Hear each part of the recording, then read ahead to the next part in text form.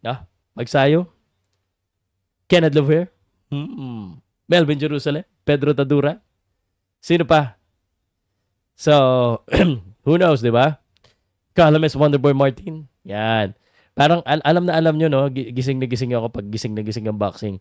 Masaya-masaya ako pag ganito maingay tayo. Okay, let's talk about the other boxing events. So, this is the other boxing event that I'm letting you know about. And then, of course, I'll discuss yung boxing event na nandoon po si Sir Jerry Balmes.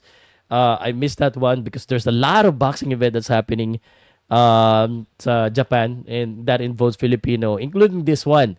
This one is a day before the fight of Melvin Jerusalem. Jimel Magramo, Gio Santissima, Michael Dasmaria, and Hirogi Gura. So let me talk to you about this one. This one is a must win for for Jimel Magramo. Masyado tayong minamalit nito mga to. Eto ha, and I'm gonna be a little bit critical about this. Look at the record. Look at the record. Sige nga, sabihin nyo sa akin kung anong nakikita nyo sa record.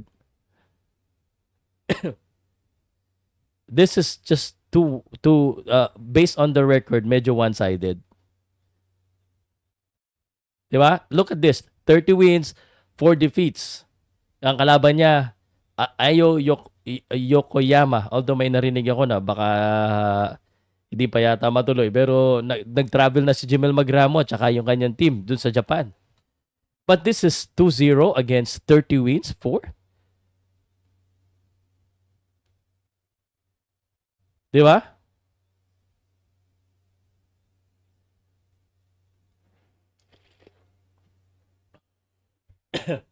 So, this is medyo inapprove ng Japan Commission to. Sa Pilipinas nga, yan meron ako sa Cebu na laman na hindi na-approve eh.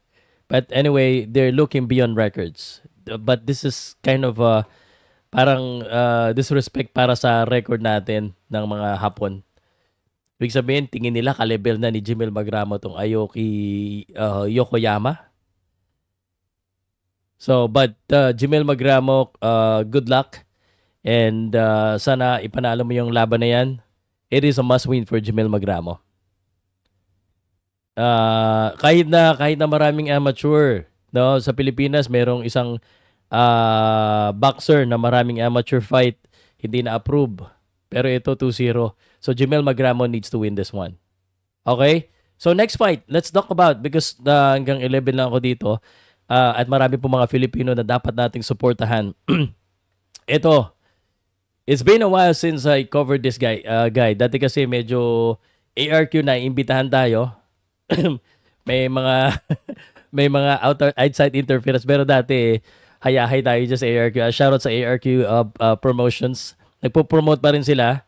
And I still watch their fight, and of course naalala ko to si Hirogi Gura. He has a very good basic, very good jabs, and he is fighting sa Japan. Same card po card po ng laban ni Melvin Jerusalem. So makakalaban ni Hirogi Gura 2-1-1. So talagang sa nakikita mo parang ang konti ng mga laban ng mga Hapon, tapos ang daming experience sa mga Pilipino, tapos matatalo pa tayo. That is not a good look. Buti na lang may Kenneth Lover. Diba? So I hope Hirogi Gura wins this as well. He lost last time by a unanimous decision. Si Hirogi Gura kasi, para sa akin maganda ang jab niyan, maganda basic niya, but he needs to develop more power. Or if not more power,